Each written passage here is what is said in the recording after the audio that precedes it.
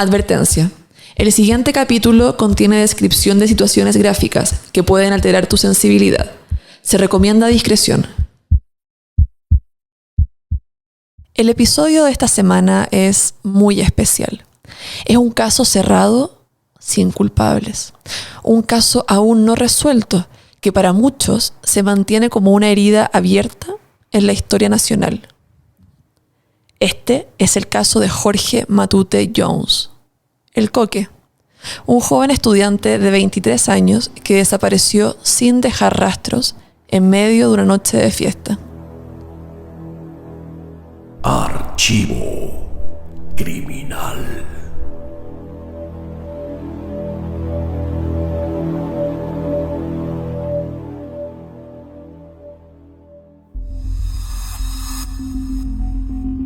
El 3 de noviembre de 1999 tuvo lugar un asesinato masivo en el centro comercial Morumbi de Sao Paulo. El estudiante de medicina, Mateus da Costa Meira, disparó contra 7 personas, hiriendo a 4 y matando a 3. En noviembre de ese año, murió el científico estadounidense Theodore Hall, quien trabajó en el proyecto Manhattan, que creó la bomba atómica y que filtró detalles de esta a la Unión Soviética. Y el viernes 19 de noviembre de 1999, Jorge Matute Jones, de 23 años, salió muy temprano de su casa. Lo pasó a buscar un compañero de ingeniería forestal en la Universidad de Concepción para ir a trabajar en la feria forestal Expo Corma, donde estaban garzoneando para juntar dinero.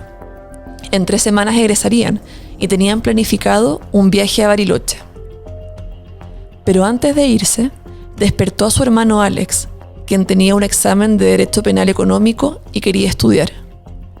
Lo último que le dijo fue: «Son las 7, me voy, levántate».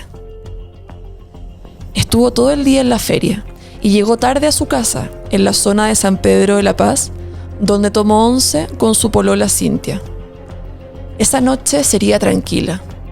Su hermano Alex le avisó que iba a salir y tenían como trato que nunca dejarían a su mamá, María Teresa Jones, sola en casa. Sus padres llevaban un tiempo separados y los hermanos sentían el deber de cuidar a la mujer que los había criado. Entrada la noche, lo llamó Gerardo Roa, un ex compañero del colegio, para que lo acompañara a una fiesta.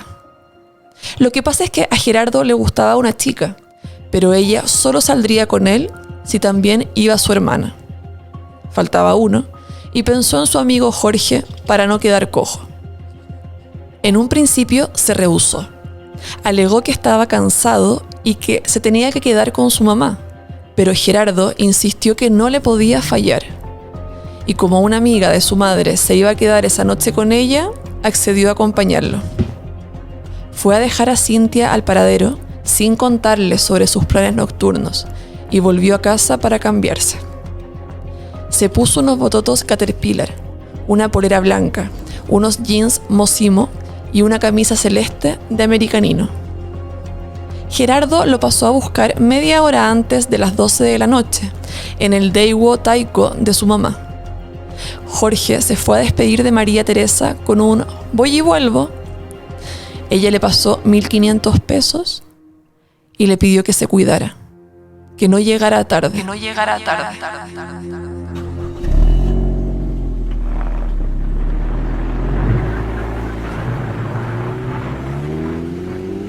Cruzaron el puente hacia Concepción y luego de que Gerardo hiciera un giro en un cajero automático por 6.000 pesos, pasaron a una botillería donde compraron una botella de pisco, una de Coca-Cola, una bolsa de hielo y unas papas fritas.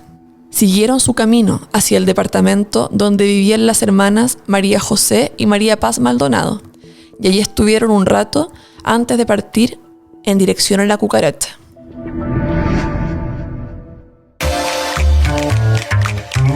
En Archivo Criminal sabemos que solamente un caso no es suficiente. Por eso te recomendamos documentales, películas o libros para que puedas conocer más historias que te hielan la sangre. Durante varias décadas, un solo hombre se metió Wall Street al bolsillo y al mismo tiempo tiró a la chuña los ahorros de cientos de personas que por años confiaron en él. Madoff, el monstruo de Wall Street, está en Netflix y tienes que verlo para entender uno de los crímenes económicos más importantes del siglo.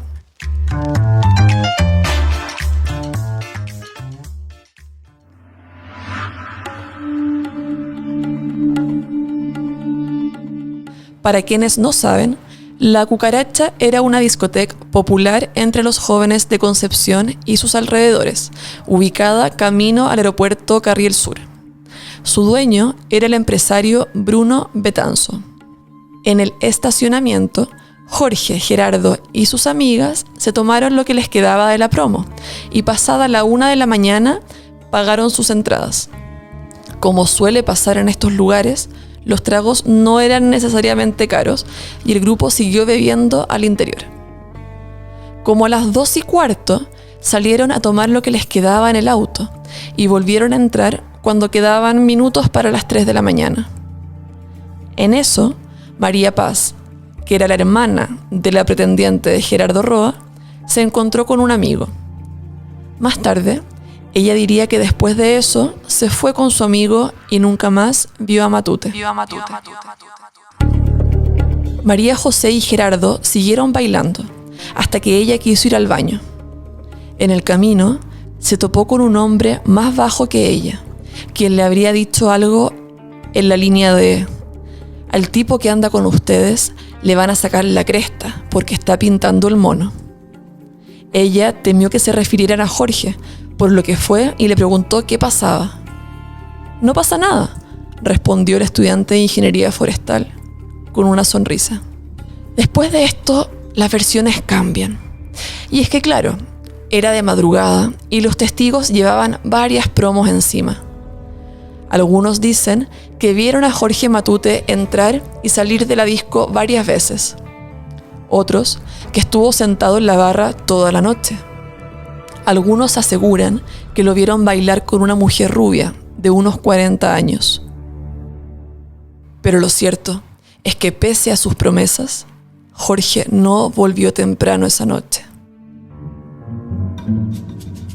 Gerardo se retiró a eso de las 4:15 solo, después de haber buscado a su amigo sin suerte.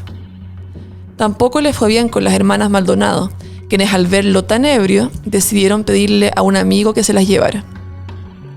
Horas más tarde, y tras dormir la borrachera, Roa llamó a la casa de Jorge Matute para preguntar por él. Fue ahí que su familia se dio cuenta que nunca había llegado.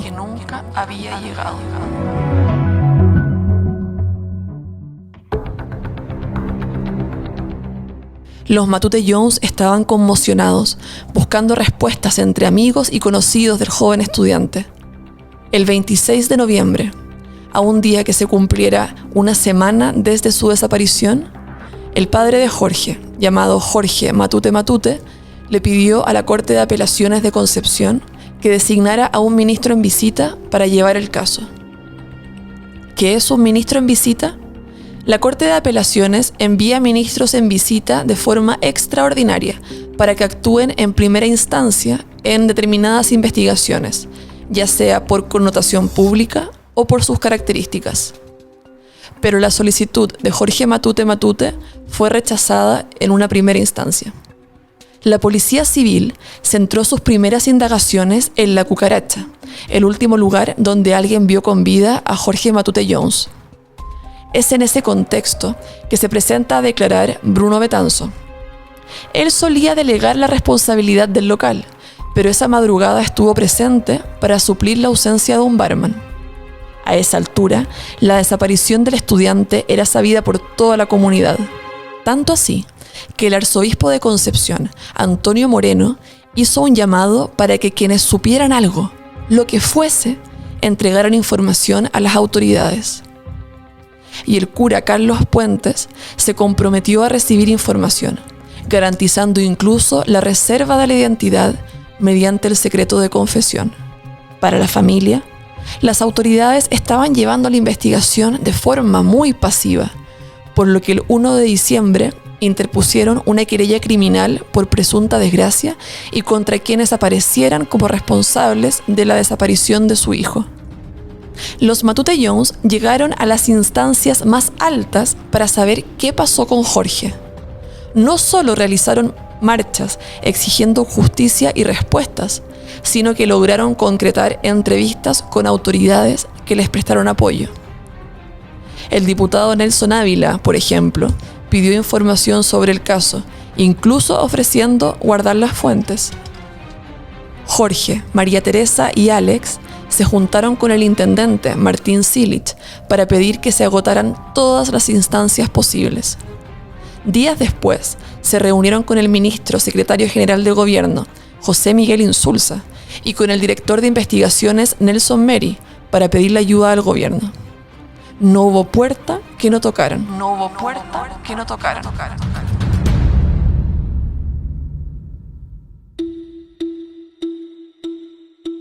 Días antes de Navidad, cuando ya había pasado más de un mes de esa fatídica madrugada, se interrogó por 4 horas a uno de los guardias que estuvo esa noche en la cucaracha. Para el 27 de diciembre, más de la mitad de las personas que fueron esa noche habían prestado su declaración. Pero nadie parecía haber estado lo suficientemente sobrio o pendiente como para dar las respuestas que estaban buscando. La víspera de Año Nuevo, tras reunirse con la familia Matute, el presidente Eduardo Frei se comprometió a agotar todos los recursos para que supieran qué pasó realmente. Cuando quedaba poco para el cambio de siglo, se comenzó a hablar de una hipótesis. Las autoridades se abrían a la posibilidad de que esto fuera un secuestro con resultado de muerte. Pero con el nuevo año se hacía cada vez más latente el miedo de que este caso se enfriara para siempre. En los primeros días de enero, eso sí, llegaron novedades. La jueza a cargo de la investigación, Flora Sepúlveda, dictó el 4 de enero una orden de arraigo contra Cristian Montes, uno de los guardias que estaba esa noche en la cucaracha, y lo sometió a un intenso interrogatorio. La magistrada resolvió que se configuraron los presuntos delitos de secuestro y de obstrucción de la justicia. La primera quincena del año, Betanzo y su pareja Carmen Cereño fueron interrogados al menos 2 veces. Por esa fecha, además, empiezan las pistas falsas y los laberintos sin salida. Un medio digital aseguró tener fuentes de que Matute Jones había muerto tras una golpiza, que lo habían escondido en el sótano de la cucaracha y que luego lo habrían cremado. Días después, aparecieron osamentas en Laguna Lo Galindo, al norte de Concepción. Y un medio filtró que el servicio médico legal había confirmado que eran restos del estudiante. Pero esta información fue rápidamente descartada. No era Jorge. A finales de enero, la jueza Sepúlveda se dedicó a investigar una nueva hipótesis. Un amigo de Jorge aseguró que había sido secuestrado y llevado a un lugar a unos 100 kilómetros de Concepción, donde habría visto vivo, aunque malherido, al estudiante. Pero esta idea fue descartada oficialmente el 8 de febrero. Y en marzo expiró la orden de arraigo contra el guardia Cristian Montes. Pero es ahí cuando llega una nueva hipótesis, y una de las más fuertes hasta entonces: que Jorge Matute Jones estaría vivo y secuestrado por un grupo de personas influyentes. Esta información vino de llamadas anónimas que recibió Matute padre y del encuentro que tuvo Alex con un exfuncionario del gobierno quien le habría entregado antecedentes sobre el caso. Más tarde, se sabría que este informante no era más que el ex detective Jesús Silva, quien apunta sus dardos hacia un joven ligado a la ultraderecha, miembro de una conocida familia de Concepción. Sus dichos comienzan a perder credibilidad cuando en abril lo arrestan por presuntamente liderar una banda de delincuentes armados. En agosto, el Consejo de Defensa del Estado se suma a la investigación. Durante todo ese año, la familia, conocidos y simpatizantes del joven desaparecido marcharon por las calles de Concepción. Y en una de esas manifestaciones, Jorge lanzó sus dardos hacia la jueza, asegurando que ella sabía lo que había pasado con su hijo. Pasaron las semanas, pasaron los meses y ya había pasado más de un año desde que Jorge Matute Jones desapareció sin dejar rastros.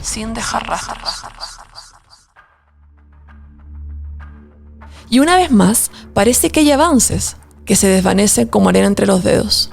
Un día después de Navidad, detienen a Carlos Gajardo y Gisela Miranda por obstrucción de la justicia. Si bien ellos no habrían estado al interior de la cucaracha la madrugada de los hechos, sí habrían sido testigos de lo que ocurrió afuera. Y al día siguiente, arrestaron a José Miguel, hermano menor de Carlos Gajardo, y a Ingrid Trostel, amiga de Gisela.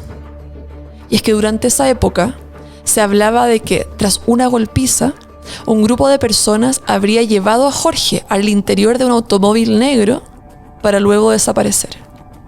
Pero menos de una semana más tarde, los 4 detenidos fueron puestos en libertad por falta de méritos. Días después, por los mismos cargos, detienen a Carlos Alarcón, Jaime Rojas, Ignacio del Río, Óscar Araos, Federico Homper, Cristian Herrera y a Jorge Bañados. Los procesaron entre el 4 y el 5 de enero, y para el día 12 ya habían sido puestos en libertad. Pero en esta oportunidad, los Matute apelaron al fallo, y la Corte Suprema revocó la decisión de la Corte de Concepción. Igual, el 20 de febrero, los 7 jóvenes fueron puestos en libertad condicional, y años después serían sobreseídos por Juan Rubilar, quien en 2006 fue designado como reemplazante de Flora Sepúlveda. Pero antes, el día 12 de febrero del 2004, ocurrió lo que los cercanos a Jorge Matute Jones esperaban y a la vez temían que ocurriera. El cuerpo del estudiante fue encontrado en la ribera del río Biobío. Para confirmar que se trataba de él, Jorge y Alex Matute llegaron hasta el servicio médico legal, donde reconocieron la ropa que el joven llevaba la última noche que lo vieron con vida.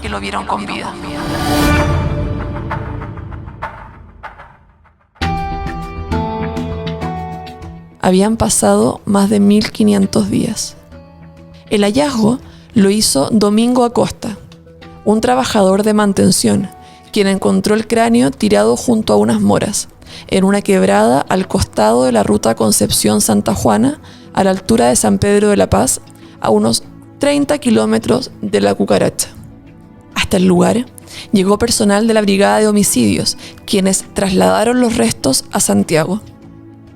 La familia estaba en Concón, y pasadas las 8 de la noche llegaron a reconocer los restos. Con este descubrimiento se dio inicio a la segunda parte del caso. Los Matute Jones y todo Chile ya tenían la confirmación de que Jorge Matute Jones estaba muerto. Pero nacían nuevas preguntas. ¿Cómo murió? Y además, ¿cómo fue que después de todo este tiempo sus restos aparecieron tan cerca del último lugar donde lo vieron con vida? Algunas respuestas llegaron hace poco, en 2015, cuando el Servicio Médico Legal entregó el informe completo de la autopsia que le realizaron.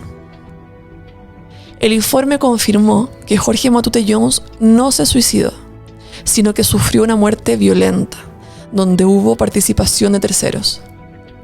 Quedó establecido, además, que el cuerpo fue depositado intencionalmente en el lugar donde se encontró, y que la causa de muerte fue intoxicación por pentobarbital.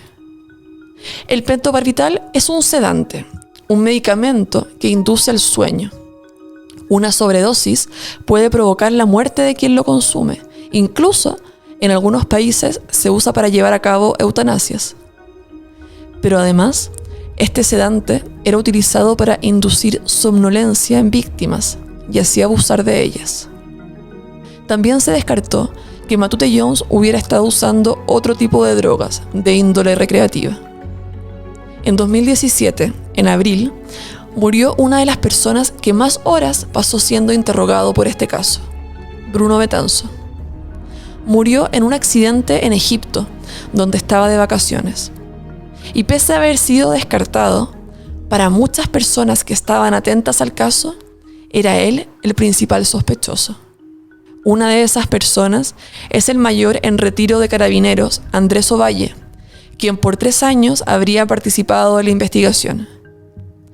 Según su hipótesis, Matute fue víctima de una golpiza propinada por Betanzo y otros empleados de la cucaracha. Esta teoría fue tajantemente descartada por la jueza, quien además desmintió que Ovalle hubiera sido parte importante de la investigación. En 2018, la ministra en visita, Carola Rivas, que tomó el caso en 2014, abrió el cuaderno secreto de la investigación, con lo que la familia y el público pudieron conocer sus conclusiones. La verdad judicial se estableció a partir de la tesis Hojas de Parra, y se supo que en la época en la que Jorge Matute Jones desapareció, ciertos individuos buscaban sexo casual y anónimo y se aprovechaban de jóvenes a quienes privaban del uso de sus sentidos mediante pentobarbital.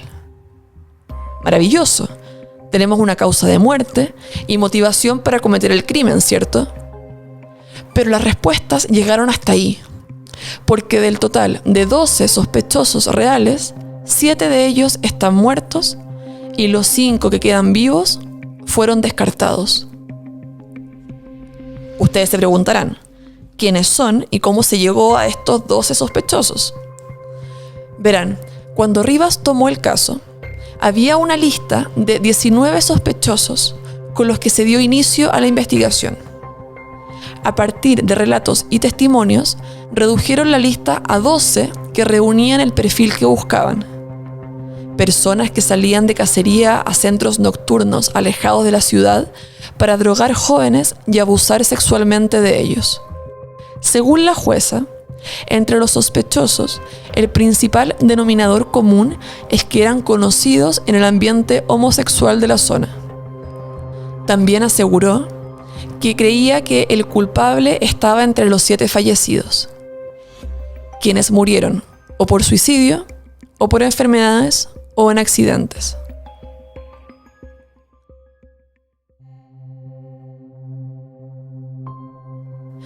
¿Qué pasó en 1999 para que las respuestas no llegaran antes? Según Carola Rivas, una cantidad insuperable de errores. Carabineros con la PDI se enfrentaron para ver quién llegaba primero. Destruyeron sitios del suceso, destruyeron evidencia, y cuando tomaban a los testigos, los presionaban y oprimían a tal punto de que los destruían como tales. Generaron líneas de investigación total y absolutamente irracionales. Según la jueza, en 1999 había 0 coordinación. ¿Quién mató a Jorge Matute Jones? Puede que nunca lo sepamos, al menos no con certeza judicial. Lo que sí sabemos es que algo pasó esa madrugada en la cucaracha, en medio del anonimato que nos regala la noche.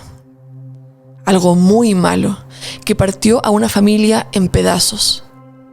Algo que alguien vio. Un secreto que quizás ya varios se llevaron a la tumba. O quizás no.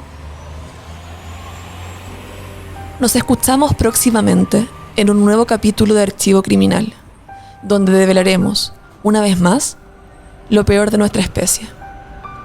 Hasta entonces, cuídate.